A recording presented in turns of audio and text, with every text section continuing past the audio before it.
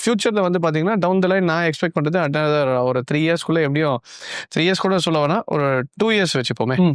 ஒரு 2 இயர்ஸ்க்குள்ள ஒரு 30,000 வரைக்கும் நிஃப்டி போகிறதுக்கான எல்லா பாசிபிலிட்டிஸும் இருக்கு. Okay sir. ஸோ இப்போதைக்கு கரண்ட்டாக லாங் டேர்ம் ஒரு இன்வெஸ்டராக பார்க்கறதுக்கு Indian markets are very good. Okay. இப்போ நிஃப்டியை பற்றி இன்வெஸ்ட் பண்ணலாம், நிஃப்டியில் இன்வெஸ்ட் பண்ணலாம், ஒரு 2 இயர்ஸில் உங்களோட ப்ரெடிக்ஷன் பற்றி சொல்லியிருக்கீங்க சார். ஏதாவது பர்டிகுலர் செக்டார் இருக்குமா sir? Particular area of concentration, particular focus point அப்படின்னு ஏதாச்சும் இருக்குமா சார்? கண்டிப்பாக நம்ம EV sector will be very good. Okay. And green energy நம்ம ஆக்சுவலாக பார்த்தீங்கன்னா EV sector is going to boom. கொஞ்சம் டைம் எடுத்துகிட்டு இருக்கு. பட் நிறைய பேர் இன்னும் அந்த ஒரு நம்பிக்கைக்குள்ளே வரல. இவையெல்லாம் போய் இந்தியாவுக்குள்ளே வருமான்ற மாதிரி பெருசாக யோசிச்சுட்டு இருக்காங்க. பட் நெக்ஸ்ட் ஜென்ரேஷனாக இருக்கட்டும், people are moving slowly towards EV.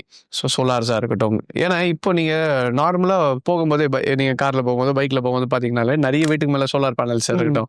People are slowly adapting to it. கொஞ்ச நாளில் இன்னும் ஃபியூ இயர்ஸ் டவுன் த லைனில் இது எல்லாமே பூம் ஆகிறதுக்கான ஒரு நல்ல அறிகுறி. I am expecting EV sector to boom in a couple of years. Okay. Once ஒரு நல்ல ஒரு பூம் கொடுக்கும்போது அதில் இப்போ இருக்கிறதா பெட்டர்.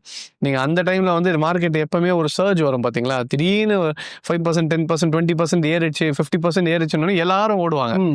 அந்த டைமில் போய் பண்ணுறதை விட கரெக்டான இப்போ இவி செக்டார்ஸில் இருக்கக்கூடிய சில ஸ்டாக்ஸ் எல்லாம் அனலைஸ் பண்ணிட்டு அதில் நம்ம இன்வெஸ்ட்மெண்ட்டாக போகிறது இட் வில் பி பெட்டர் தான். Okay. EV sector has another 3 years down லைனில் நல்ல ஒரு மொமெண்டம் பார்க்கறதுக்கான எல்லா பாசிபிலிட்டிஸும். ஓகே.